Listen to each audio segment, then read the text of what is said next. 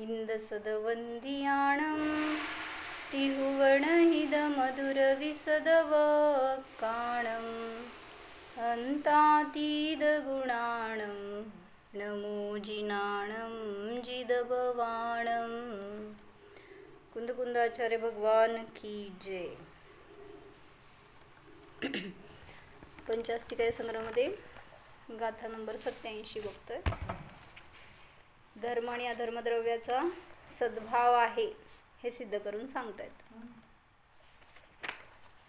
जादो लोग लोगो जेसिम सद्भाव दोय गमन ठिदी दोवियमया विभत्ता अविभत्ता लोयमेत्ताय। 3 गोष्टी सांगितल्या। काय? ज्याच्या सद्भावाने जीव पुद्गलाची गमन स्थिती होते त्या अर्थी कोणीतरी धर्म अधर्मद्रव्य आहे। दुसरं सांगितलं लोक अलोकाचा विभाग होतो म्हणजे आहे कोणीतरी असं की जे विभक्त करणारं। ॲक्च्युली त्याच्यामुळे होते असं नाही, पण जिथं आहे त्याला लोक म्हणलं म्हणून विभाग झाला, म्हणून लोक अलोकाचा विभाग होतो, म्हणून धर्म धर्मद्रव्य आदींचं अस्तित्व आहे। आणि कसं आहे ते धर्मद्रव्य अधर्मद्रव्य कथनचित विभक्त आहेत, कथनचित अविभक्त आहेत। आणि कसे आहेत तर लोक मात्र प्रमाण आहेत। अशा 4 गोष्टी गाथेमध्ये सांगितलेत। त्यालाच हेतूच्या द्वारे सिद्ध करायलेत अनुमान देऊन। तर हे बघितलं होतं धर्म अधर्मद्रव्य आहेत कारण लोक अलोकाचा विभाग अन्यथा घटित होत नाही। अन्यथा अनुपपत्ती लक्षणाच्या द्वारे सिद्ध केलं की लोक अलोक नावाचा असं काय विभाग जो आहे तो धर्म अधर्मद्रव्याच्या शिवाय घटित होत नाही। पुढे सांगितलं होतं लोक कशाला म्हणलं? जिथं जीवादी सर्व पदार्थांची एकत्र वृत्ती असते त्याला लोक म्हणलं। आणि आलोक कशाला म्हणलं? जिथं शुद्ध आकाश आहे त्याला आलोक म्हणलं। तेथे जीव पुद्गल स्वरसतः एव गती तत्पूर्व स्थिती परिणामापन्न। तेथे जीव आणि पुद्गल काय करतायत? स्वरसतः म्हणजे स्वभावतःच गती आणि त्यापूर्वक स्थिती परिणामाला प्राप्त होतात। काय कळलं?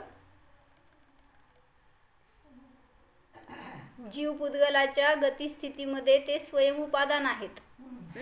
स्वरसतः शब्द वापरला म्हणजे स्वतःच्या स्वभावानेच। तर काल हे वाचलं होतं की तयोः यदी जर गती परिणाम आणि त्याच पूर्वक स्थिती परिणाम स्वयं अनुभवतोः हे वाचलं नव्हतं आपण। तयोः यदी गती परिणामं तत्पूर्व स्थिती परिणामं वा स्वयं अनुभवतोः बहिरंग हेतु धर्म अधर्मो न भवेताम तदा तयोः निरर्गल गती स्थिती परिणामत्वात् अलोके अपि वृत्तिः केन वार्येत। जर म्हणजे शंका हे काय आपत्ती दिली, जर त्या दोघांची म्हणजे धर्माधर्मद्रव्याची गती आणि स्थिती, गती परिणाम आणि त्यापूर्वक स्थिती परिणाम स्वयं अनुभव करत असताना बहिरंग हेतू धर्म अधर्मद्रव्य नसेल तर तदा तर काय कळलं?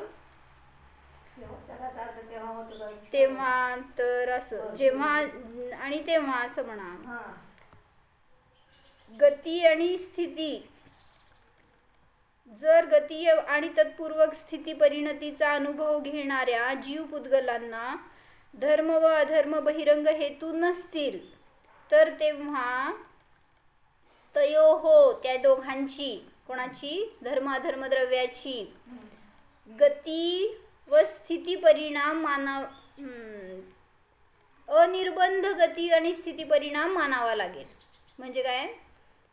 त्या दोघांची निरर्गल गती स्थिती परिणाम अलोकामध्ये सुद्धा होईल। त्याला कोण वार्येत म्हणजे नष्ट करू शकणार किंवा त्याला कोण रोखू शकणार? ॲक्च्युली गती आणि स्थिती धर्म अधर्मद्रव्याची नाही आहे। कोणाची आहे? जीव पुद्गलाची। जीव पुद्गलच गती स्थिती करतायत, धर्म अधर्म करत नाही आहेत। हां, मग त्यांनी सांगतायत की जर धर्माधर्मद्रव्य हे बहिरंग हेतू नाही मानले, तयो हो म्हणताना तिथे जीव आणि पुद्गल घ्यावं लागेल. जीव आणि पुद्गलाची अनिर्बंध म्हणजे निरर्गल वृत्ती गती आणि स्थितीची अशी होईल, मानावी लागेल असं सांगतायत.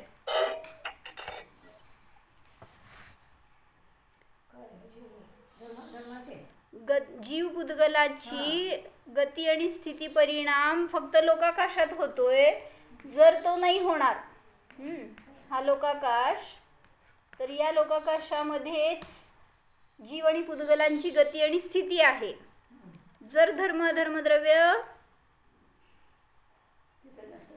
हे बहिरंग हेतू नाही मानले, जीव पुद्गलांच्या गती स्थितीमध्ये धर्मद्रव्य जर हेतू मानले नाहीत, तर त्या जीव पुद्गलांची निरर्गल वृत्ती होईल, म्हणजे गती पण बाहेर होईल कुठंही, आणि स्थिती सुद्धा त्याला काय प्रमाण राहणार नाही.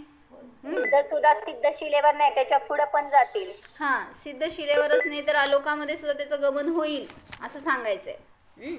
म्हणून ते त्यांचं अस्तित्व आहे हे सिद्ध केलं. एक मिनिट.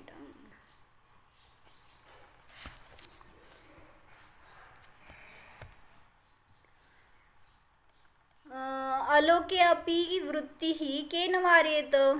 मग असं परिणमन असल्यामुळे, गती आणि स्थिती परिणाम अनिर्बंध मानल्यामुळे त्यांची अलोकामध्ये सुद्धा वृत्ती कोण रोखू शकेल? म्हणजे जीव पुद्गलांची अलोकामध्ये सुद्धा वृत्ती होईल. तत विभाग राहणार नाही आणि थांबणार नाहीत. काय म्हणायचं, जीव आपल्या परिणामांनी गती करतय, तर त्याला बहिरंगामध्ये धर्मद्रव्य नाही आहे म्हणून थांबलं असं म्हणताच येणार नाही. आणि धर्मद्रव्य नाही आहे तर कुठंपर्यंतही त्याचं गमन करेल. म्हणून जीव असू दे किंवा पुद्गल असू दे, जसं तुम्ही स्पेसमध्ये बघता की ते मग स्पेसमध्ये कसं होतं बघितलं आहे कधी, जिथं की उडतात, म्हणजे पक्षी नव्हे हो, मनुष्य वगैरेंना आधांतरी राहतात असं दाखवतात. मग तिथं धर्मद्रव्य अधर्मद्रव्य नाही आहे का हो? मग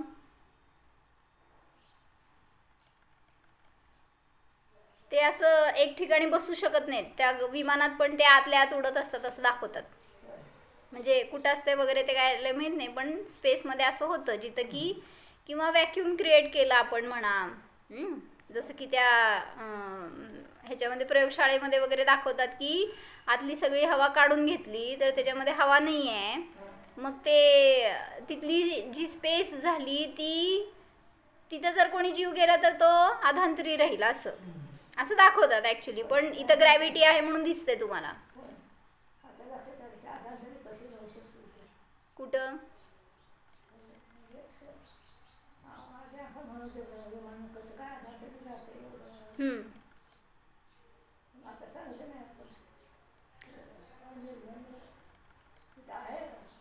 धर्मद्रव्य पण आहे अधर्मद्रव्य पण आहे.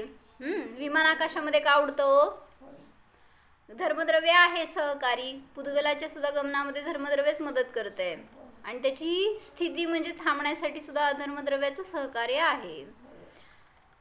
हां, तर स्पेसमध्ये सुद्धा धर्म आणि अधर्मद्रव्य आहेत, नाही असं नाही आहे.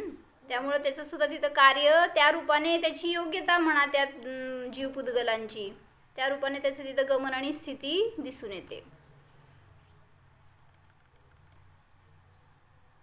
आता मला गमनपूर्वक स्थित राहायचं आहे बरं का, आणि पाण्यात पडलो आपण, तर मला पोहायला येत नाही, मला स्थित राहायची इच्छा आहे, अधर्मद्रव्य पण आहे तिथं. मग हां, मग इच्छा आहे की नाही? तुम्ही काय व्याख्या केली? गतीपूर्वक स्थित राहण्यासाठी जो उद्युक्त आहे अशा त्या जीव पुद्गलांना तिथं. हां, काय उत्तर?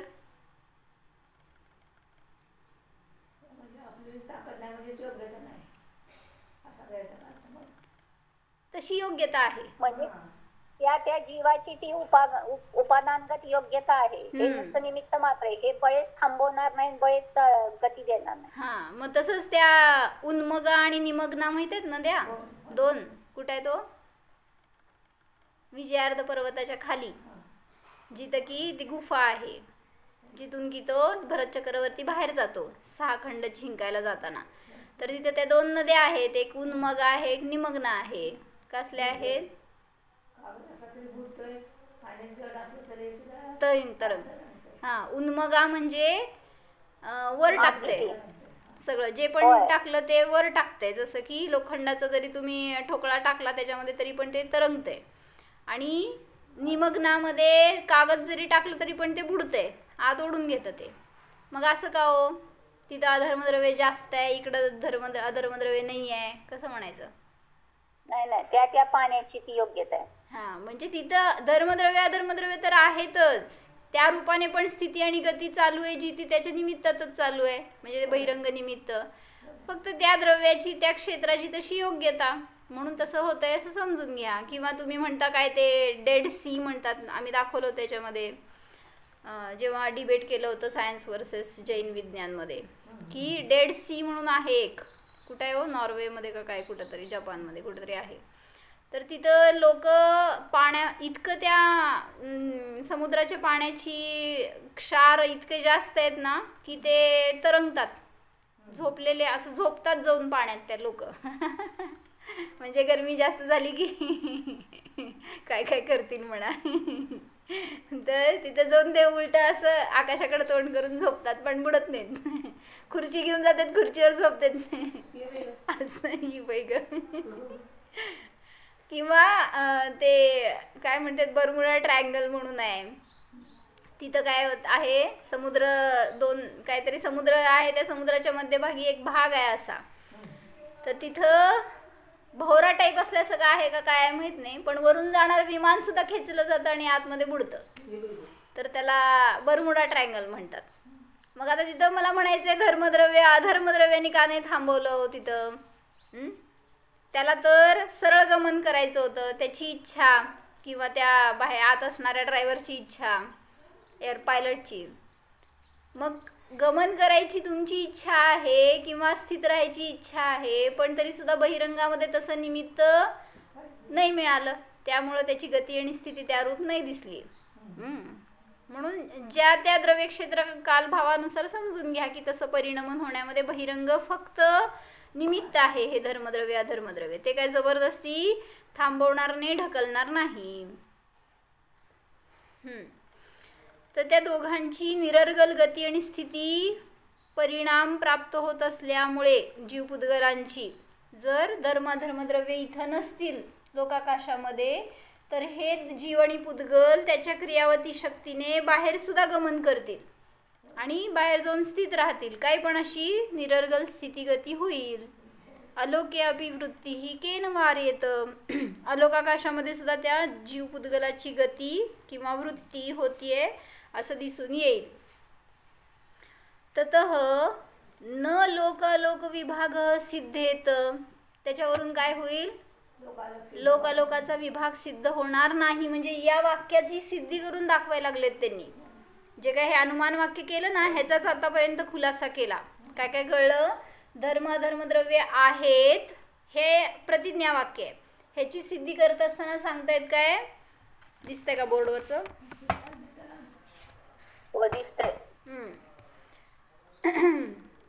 त्याची सिद्धी करताना हा हेतू दिलाय. लोक अलोकाचा विभाग अन्यथा अनुपपत्ते. हे लोक अलोकाचा विभाग अन्यथा घटित होत नसल्यामुळे. मग ह्याच्यामध्ये सांगितलं लोक म्हणजे जिथं 6 द्रव्य राहतात, अलोक म्हणजे जिथं फक्त शुद्ध आकाश द्रव्य आहे. मग अन्यथा अनुपपत्ती कशी घटते? ह्याच्यासाठी हा खुलासा केला.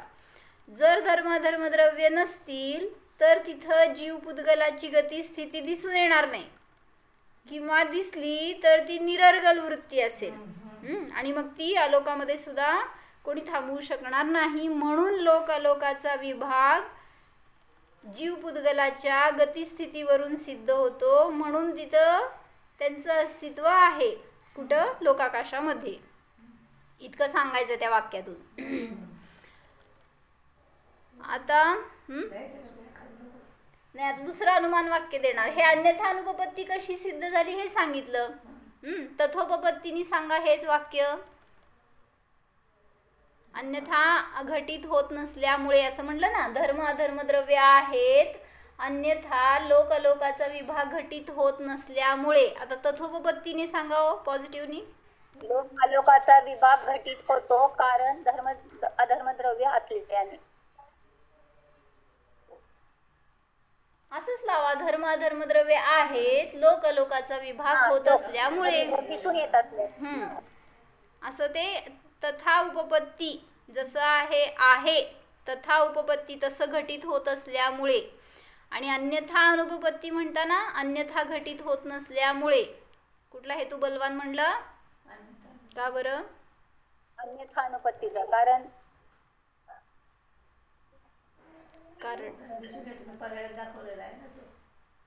मग सत सांगा ना, असत का सांगताय? त्याला का बरं बळ नाही? आता ह्याच्यातच नाही, तुमच्या कुठल्याही अनुमान वाक्यामध्ये अन्यथा अनुपपत्ती बलवान म्हणता तुम्ही, मग जोर का दिला त्याला? नकाराचं वर्णन खूप करायचं आणि एकच वाक्यात होकार सांगायचा, म्हणजे ते सगळं त्याच्यात समाविष्ट झालंच. ह्याच्यापेक्षा हे बलवान असं नाही. तथोपपत्तीपेक्षा अन्यथा अनुपपत्ती बलवान का? आणि मग त्याच्यापेक्षा राम बलवान.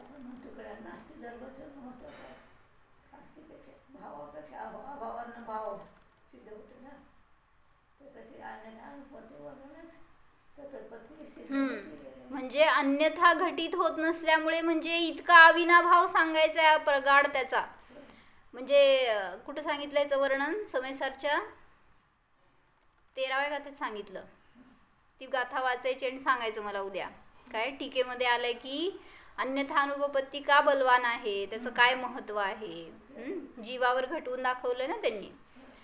मग म्हणून सांगितलं इथं की जसं काय सांगितलं, जीवावर वाक्य आपण सांगितलं तर मी जीव आहे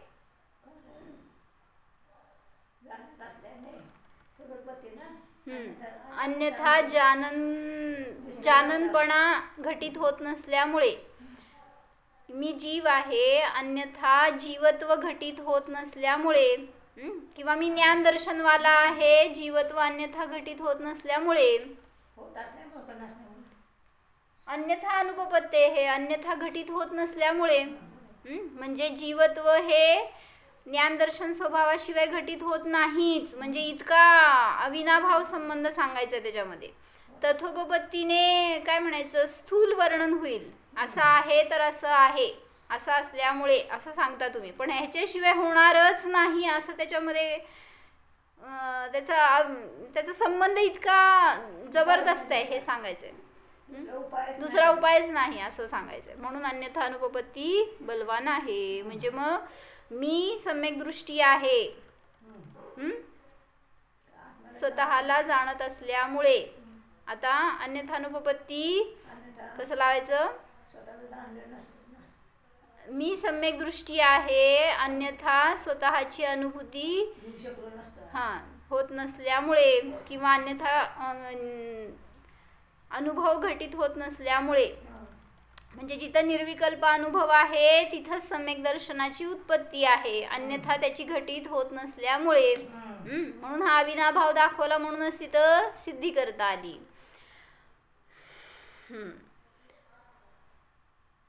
तर आता इथपर्यंत लोक अलोकाचा विभाग अन्यथा सिद्ध होत नाही, ततः न लोक अलोक विभाग सिद्धेत. म्हणून लोक अलोकाचा विभाग सिद्ध होत होत नाही. जर धर्म अधर्म द्रव्य नाही मानले तर लोक अलोकाचा विभाग सिद्ध होत नाही. इथपर्यंत सांगितलं. आता पुढचं सांगतायत काय? धर्म अधर्म योहो तू जीव पुद्गलयोहो गती तत्पूर्व स्थित्योहो बहिरंग हेतुत्वेन सद्भावे अभ्युपगम्यमाने लोक अलोक विभागः जायते इति. परंतु धर्म अधर्म द्रव्य यांचं जीव पुद्गलाच्या गती आणि त्यातपूर्वक स्थितीमध्ये कुठं गेलं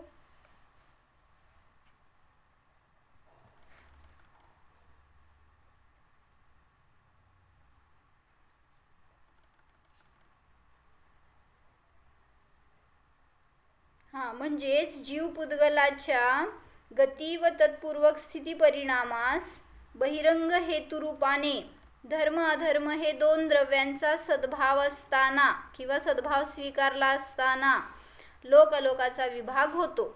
असं वाक्य उलटून सांगितलं.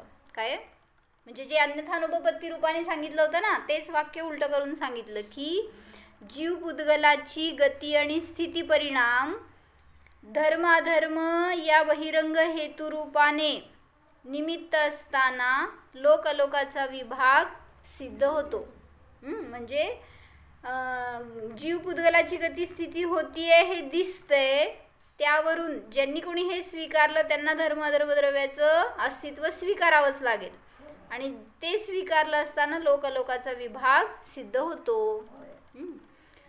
तर हे अस्तित्वासाठी सिद्ध करून सांगितलं. आता विभक्त का आहेत हे सांगतायत. काय पुढचं अनुमान दिलं काय धर्म अधर्म द्रव्य विभक्त आहेत.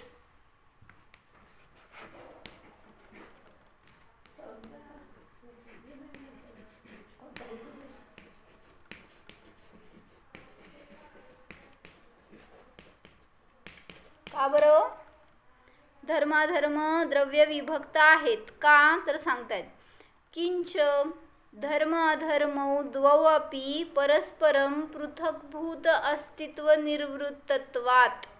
मध्ये आपण घेतलं होतं ना स्वरूप अस्तित्वाने रचित असल्यामुळे तेच हेतू इथे पण दिला.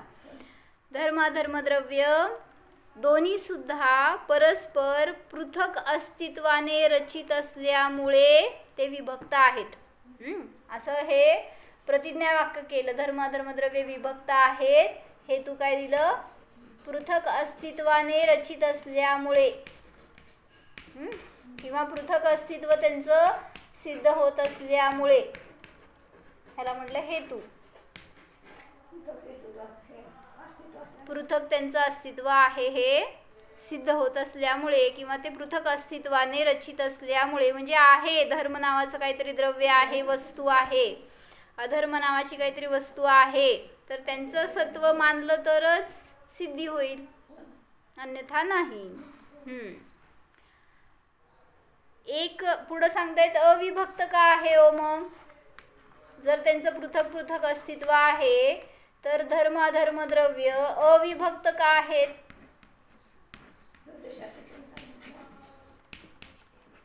म्हणजे एकत्र वृत्ती असल्यामुळे कुठे गेलं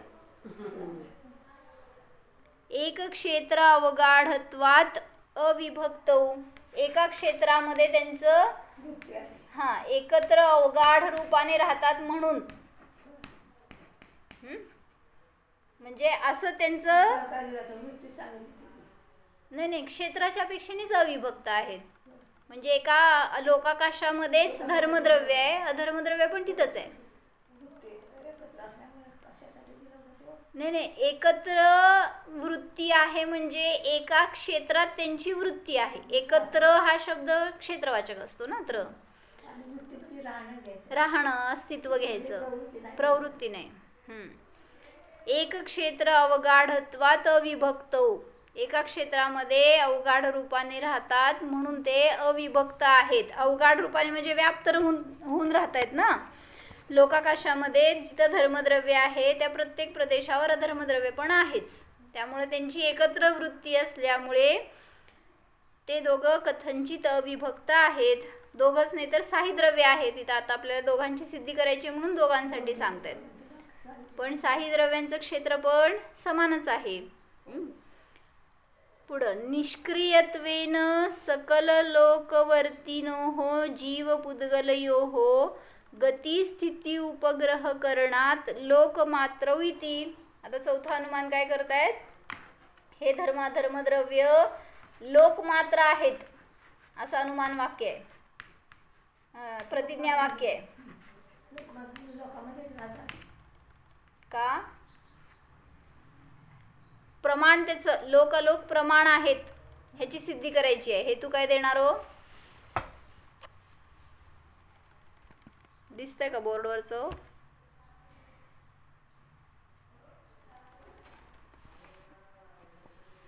काय म्हटलं? निष्क्रियत्वेनं, निष्क्रिय रूपाने. कोण निष्क्रिय आहे? सगळे द्रव्य जीव पुद्गल सोडून सगळे निष्क्रिय आहेत, त्यांची क्रिया दिसून येत नाही. तर समस्त लोकांमध्ये जीव पुद्गलांना समस्त लोकांमध्ये असणाऱ्या जीव पुद्गलांना गतिस्थितीमध्ये निष्क्रिय रूपाने अनुग्रह करतात किंवा निमित्त असतात, म्हणून धर्म अधर्मद्रव्य लोक मात्र आहेत. काय कळलं? हां, त्यामुळं किती प्रमाणात आहे? जेवढ्या ठिकाणी जीव पुद्गल आहे तेवढ्या ठिकाणी धर्मद्रव्य आहेत, किंवा जिथे अधर्मद्रव्य आहे तिथे जीव पुद्गल आहेत. मग म्हणून सांगितलं निष्क्रिय रूपाने ते जीव पुद्गलांच्या वृत्तीमध्ये निमित्त असतात. म्हणून समस्त लोकांमध्ये जीव पुद्गल आहे, तर समस्त लोकांमध्ये धर्म अधर्मद्रव्य सुद्धा आहे. म्हणून सिद्ध करायचं त्यांना की धर्म अधर्मद्रव्य लोक प्रमाण आहे. त्याचं परिमाण किती आहे? लोकाकाशामध्ये पूर्णतः व्याप्त आहे. धर्म अधर्मामुळेच आकाशामध्ये लोक आणि अलोक अशी भेदकल्पना होते. जर त्यांचा सद्भाव नसेल तर जीव पुद्गल हे स्वसामर्थ्याने गमन करू शकतील. बाहेर आवाज कमी, सावकाश बोला. जर धर्माधर्मद्रव्याचा सद्भाव नसेल तर जीव पुद्गल हे स्वतःच्या सामर्थ्याने गमन करू शकतील. ॲक्च्युली सामर्थ्यानेच गमन करतात, पण तरी सुद्धा निमित्त बहिरंगामध्ये आहे. व त्यामुळे लोक अलोक भेद करता येणार नाही. जर त्यांचा सद्भाव नसेल तर जीव पुद्गल हे स्वसामर्थ्याने गमन करू शकतील, व त्यामुळे लोक अलोक असा विभाग करता येणार नाही, कारण ते कुठेही गमन करतील, थांबणार नाहीत. ॲक्च्युली मग ह्याची सिद्धी मांडलिक मतवाल्यांसाठी पण झाली. त्यांचं काय मत आहे? मांडलिक नावाचे मतवादी आहेत, तर ते मानतात की सिद्धशिलेवर थांबत नाहीत. जो कोणी मुक्त जीव असतो तो ऊर्ध्वच गमन करत राहतो. जिनवाणी आहे की ठेवू दे तिकडं, द्या त्यांच्याकडं.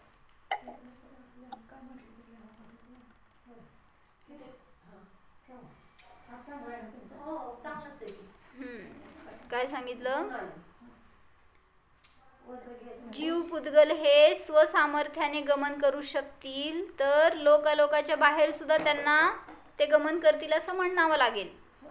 विलोम तर्क पद्धतीने त्यांचे अस्तित्व सिद्ध केले आहे. विलोम म्हणजे आता विलोम म्हणजे निगेटिव्ह म्हणा, काय म्हणायचं, अन्यथा अनुपपत्ती म्हटलं ना आपण जसं तसं. अनुलोम म्हणजे अनुरूप, विलोम म्हणजे विरुद्ध असं. अनुलोम विलोम करता ना, काय असतं ते? होय, एका नाकाने श्वास घ्यायचा आणि दुसऱ्या नाकाने सोडायचा. अनुलोम म्हणजे श्वास घ्यायचा आणि विलोम म्हणजे सोडायचा असं आहे. माहित नाही असं काय त्यात. तर म्हणजे एक होय विरुद्ध म्हणा, मग चालतं की 1 ते 10 क्रम मोजलं तर अनुलोम म्हणतात आणि 10 ते 1 मोजलं तर विलोम. म्हणजे विरुद्ध तर्क पद्धतीने त्यांचे अस्तित्व सिद्ध केले आहे. म्हणजे आपल्याला प्रत्यक्ष नाही दिसणार आहे, लोकालोक पण दिसत नाही, धर्माधर्म पण दिसत नाही, जीव पण दिसत नाही, फक्त दिसतोय तो पुद्गलच दिसतोय. त्यामुळं सगळ्यांची सिद्धी करायची तर परोक्ष रूपानेच केली जाणार आहे आणि अन्यथा अनुपपत्तीनेच केली जाणार आहे. म्हणून म्हटलं की विलोम तर्क पद्धतीने त्यांचे अस्तित्व सिद्ध केले आहे. त्यांचे प्रत्येकाचे अस्तित्व स्वतंत्र असल्यामुळे ते विभक्त पृथक आहेत. सगळे द्रव्य त्यांच्या अस्तित्वाने रचित आहेत, ते परस्पर विभक्त आहेत. पण एक क्षेत्रावगाही असल्यामुळे त्यांना अविभक्तही म्हणता येते. अविभक्त का आहेत? एक क्षेत्रामध्ये स्थित असल्यामुळे अविभक्त सुद्धा आहेत असं म्हटलं. व ते सर्व लोक व्यापक आहेत. तसंच काय सांगितलं? सगळे जीव पुद्गल कसे आहेत? सर्व लोकव्यापी आहेत. धर्मद्रव्य सर्व लोकव्यापी आहेत. आता एक अखंड आहे धर्मद्रव्य म्हणून लोक प्रमाण आहे असं म्हणलं, पण जीव पुद्गल आहेत ते संख्यापेक्षेने अनंत आहेत आणि कुठं आहेत? तर लोकाकाशामध्ये व्याप्त आहेत असं सांगायचं आहे. जीवाचे प्रदेश किती? असंख्यात. तर लोकाकाशाचे प्रदेश किती? मग एकाच लोकाकाशामध्ये एकच जीव का नाही आहे धर्मद्रव्यासारखं? मग तेच ना, एकच जीव म्हणायचं होता. मग असं म्हणता तर मग धर्मद्रव्य पण अनेक म्हणायचं होता.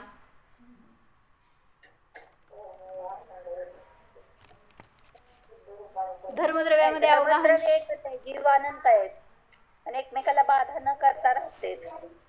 मग धर्मद्रव्य तर कुठं बाधा करते? एकच आहे ना, अनेक नाहीयेत. मग का नाही? तेच तर प्रश्न आहे. जसं तुम्ही जीव मानताय, का नाही?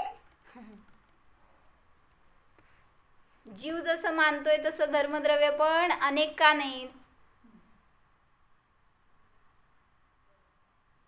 अवगाहनत्व शक्ती कसली कोणाच्यात आहे?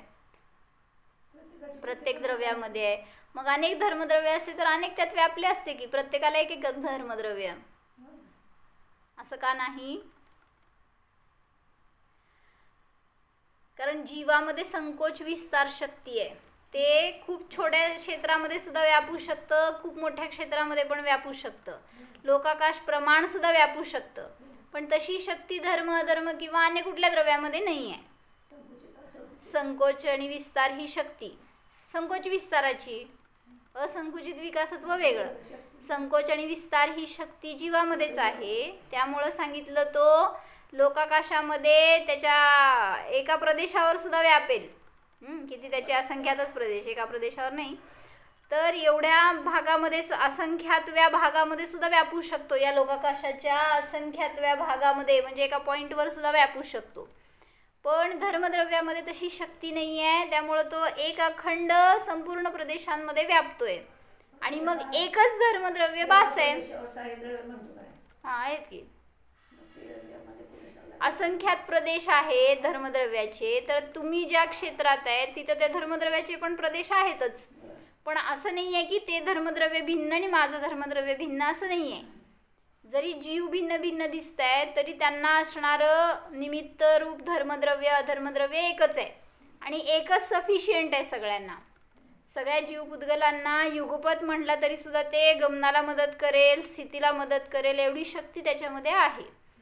म्हणून सांगितलं असं काही गरज नाही आहे की प्रत्येक जीवाला वेगवेगळं धर्मद्रव्य, प्रत्येक जीवाला पुद्गलाला वेगवेगळं अधर्मद्रव्य पाहिजे असं नाही. त्या एकाच अधर्मद्रव्यामध्ये सर्व जीव पुद्गलांच्या गमन स्थितीमध्ये सहकारी होण्याची शक्ती आहे.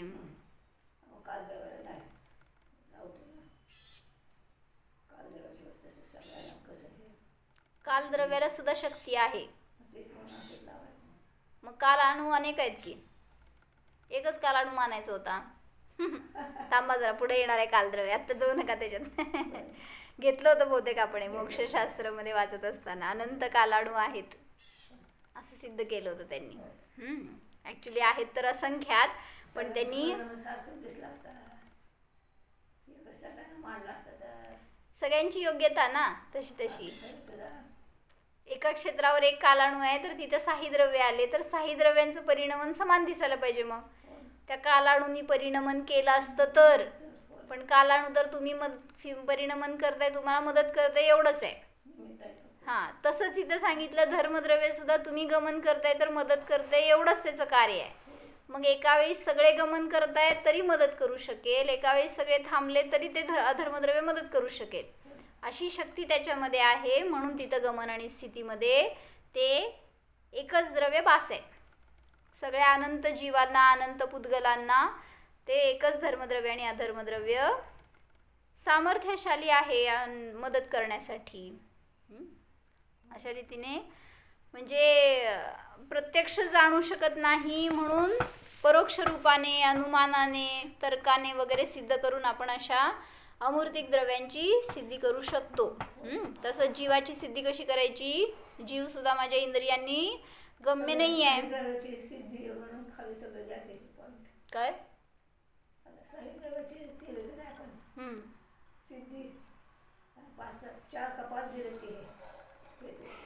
हे धर्मद्रव्यासाठी स्पेशल केले. मग तसं जीवासाठी करा. मी जीव आहे कारण जाणत असल्यामुळे किंवा जाणणं अन्यथा घटित होत नसल्यामुळे धर्मद्रव्य विभक्त आहेत, पृथक अस्तित्वाने रचित असल्यामुळे मी जीव विभक्त आहे, अन्य द्रव्यांपासून भिन्न आहे. कारण मी पण पृथक अस्तित्वाने रचित असल्यामुळे. बरोबर.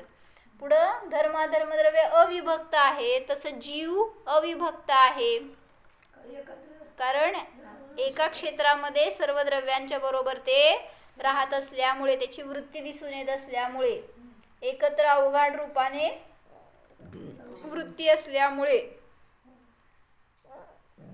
पुढे सांगितलं धर्मद्रव्य लोकाकाश मात्र आहे. हेतू काय दिला होता त्याला? संपूर्ण लोकवर्ती जीवांच्या गतिस्थितीमध्ये निष्क्रिय रूपाने अनुग्रह करत असल्यामुळे, निष्क्रिय रूपाने उपग्रह करत असल्यामुळे म्हणून ते लोकमात्र प्रमाण आहे हे सिद्ध केलं. म्हणजे या लोकाकाशाच्या वरच्या टोकाला असू दे, खालच्या कोपऱ्याला असू दे, कुठेही जीव पुद्गल असू दे, तर तिथं सुद्धा तो धर्मद्रव्य आहे जो मदत करतोय म्हणून सांगितलं, याची सिद्धी केली. तसंच जीव पुद्गल सुद्धा लोकमात्र नाही आहे, स्वशरीर प्रमाण आहे कारण त्यामध्येच तो व्यापक असल्यामुळे शरीराचा कुठलाही अवयव असू दे सगळीकडे तिथं जीवाचे प्रदेश आहेतच. जिथं जीवाचे प्रदेश नाही आहे तिथं समजून येते तुम्हाला निर्जीव झालाय तो, किंवा तिथं क्षयक्षम नाही आहे म्हटलं जाणार. जसं म्हटलं ना, पॅरालिसिस झालं तर एखाद्या मनुष्याला एखादा हातपाय त्याचा निकामी झाला तर तिथं जीवाचे प्रदेश आहेत का? संपले.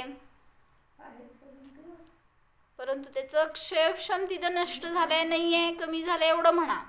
पुन्हा चेतना आली असं दिसतंय कधी तुम्हाला? कालांतराने ते हात बंद पडला होता आणि परत चालू झालं, म्हणजे नवीन जीव आला का हो?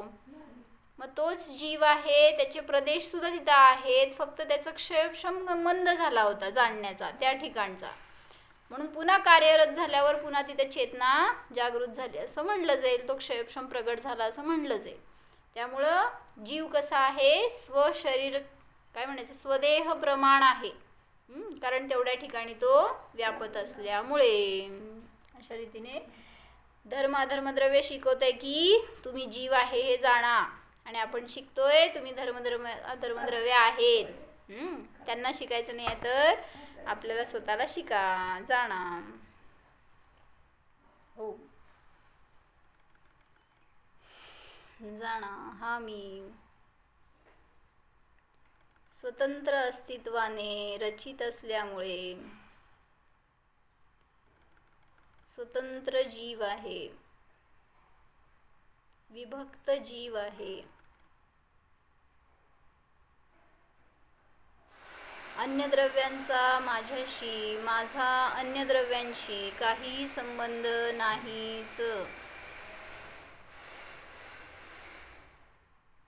परद्रव्याचा माझ्यामध्ये अत्यंत अभाव आहे जाणा. माझा परद्रव्यामध्ये अत्यंत अभाव स्वभाव आहे जाणा.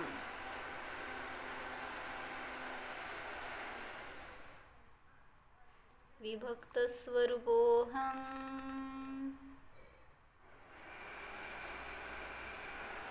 अभेद स्वरूपोऽहम्. हा मी माझ्या अनंत गुणांशी अभेद स्वरूप आहे, जाणणाराच आहे.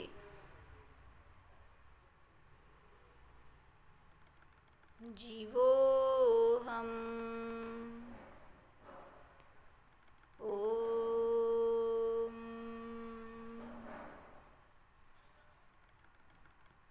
विसर्जन.